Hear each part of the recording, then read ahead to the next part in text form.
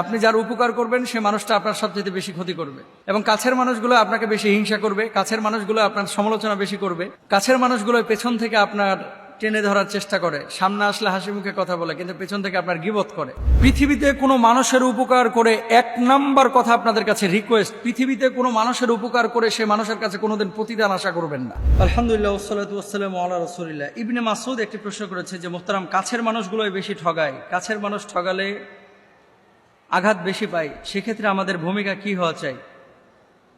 Very very important একটি বিষয়।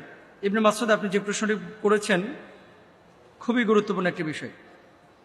এই পৃথিবীতে একটা স্লোগান এখন আছে, যার উপকার আপনি করবেন সে আপনাকে বাঁশ দিবে, তাই না? এমন কথা বলে থাকে অনেক, যে আপনি যার উপকার করবেন সে মানুষটা আপনার সবচেয়ে বেশি ক্ষতি করবে এবং কাছের মানুষগুলো আপনাকে বেশি হিংসা করবে, কাছের মানুষগুলো আপনার সমালোচনা বেশি করবে, কাছের মানুষগুলো পেছন থেকে আপনার টেনে ধরার চেষ্টা করে, সামনে আসলে হাসি মুখে কথা বলে কিন্তু পেছন থেকে আপনার গীবত করে।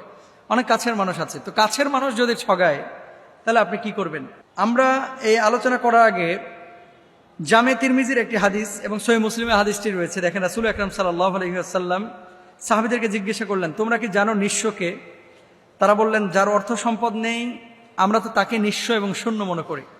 আল্লাহ রাসূল সাল্লাল্লাহু আলাইহি ওয়াসাল্লাম বললেন, আমার উম্মতের মধ্যে নিঃস্ব সেই ব্যক্তি যে কিয়ামতের ময়দানে নামাজ, রোজা, যাকাত সহ নিজে হাজির হবে, কিন্তু সে হয়তো কাউকে গালি দিয়েছে বা কারো উপরে মিথ্যা অপবাদ দিয়েছে, আরোপ করেছে, কারো সম্পদ আত্মসাৎ করেছে বা কাউকে খুন করেছে অথবা কাউকে আঘাত করেছে। ফলে প্রত্যেককে তার হক অনুযায়ী ওই ব্যক্তির নেক আমল থেকে দিয়ে দেওয়া হবে। যদি কারো হক বাকি থেকে যায় আর ওই ব্যক্তির নেক আমল শেষ হয়ে যায়, তাহলে হকদার ব্যক্তির পাপ পাওনা অনুসারে ওই ব্যক্তির ঘাড়ে চাপিয়ে দেওয়া হবে। ফলে সে এই পাপের বোঝা নিয়ে জাহান্নামে যাবে। সহিহ মুসলিমে হাদিসটি রয়েছে, তিরমিজির মধ্যেও এই হাদিসটি রয়েছে। কেন বললাম এই কথাটা? পেছনের মানুষ যখন আপনার সমালোচনা করে, গীবত করে বা আপনাকে ঠগায়, আপনি তখন চিন্তা করেন, আহা, এই লোকটারে কাজ শিখায়া আমি এরে যোগ্যতা সম্পন্ন করলাম, এ আমার এইভাবে আঘাত করতে পারলো। পৃথিবীতে কোনো মানুষের উপকার করে এক নাম্বার কথা আপনাদের কাছে রিকোয়েস্ট, পৃথিবীতে কোনো মানুষের উপকার করে সে মানুষের কাছে কোনোদিন প্রতিদান আশা করবেন না, নাহলে আপনি ধরা খাবেন। প্রতিদানটা আশা করবেন একমাত্র আল্লাহর কাছে। মানুষ আপনারা কোনো প্রতিদান দিতে পারবে না ভাই। আপনারা যদি 2 টাকা খরচ করে, দেখবেন 2 বছর আপনারা এমন ভাব নিবে যে 200 কোটি মনে হয় আপনার পেছনে খরচ করেছে।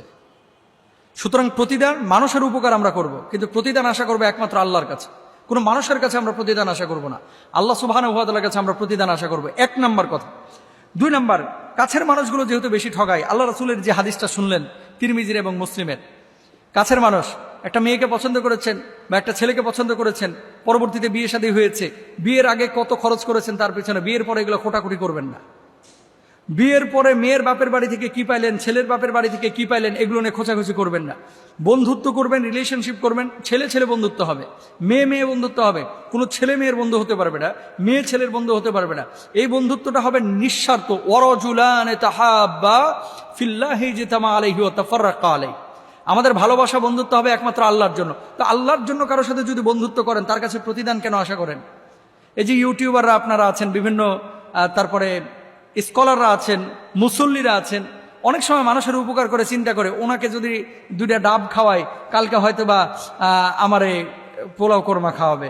আবার এরকম চিন্তা করে, স্যারে যদি ঈদে একটু ঘোষ দিয়ে আসি, একটু হাদিয়া তোফা বা বকশিস দিয়ে আসি 20,000 বা 30,000, স্যারের সুনজর আমার উপরে থাকবে।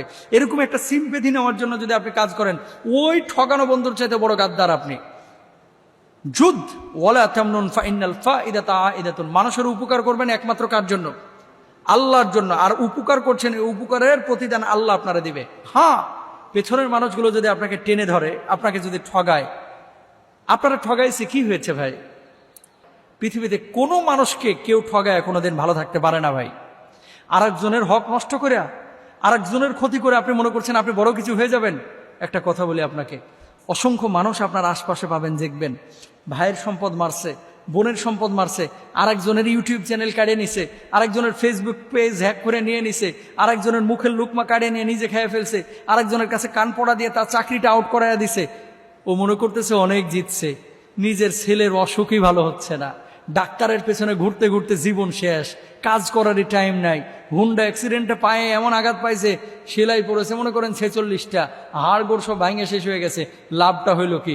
আর আপনি যদি কোনো মানুষের ক্ষতি করেন কিয়ামতের ময়দানে হাদিস অনুসারে নবীজি বলছেন আপনারা ভালো ভালো আমল থেকে কেটে কেটে তাকে প্রতিদান দেওয়া হবে। সুতরাং কেউ ঠগাইলে নিজেরা কষ্ট পাবো না, আল্লাহর উপরে হাওলা করব, পারলে ক্ষমা করে দেবো যে তুই জিতে যা, আমি হেরে গেলাম তো। আসলে আপনি হারেন নাই, আপনি জিতেছেন, আপনি ফলাফল পাবেন। আল্লাহ তাআলা আমাদেরকে বোঝার তৌফিক দান।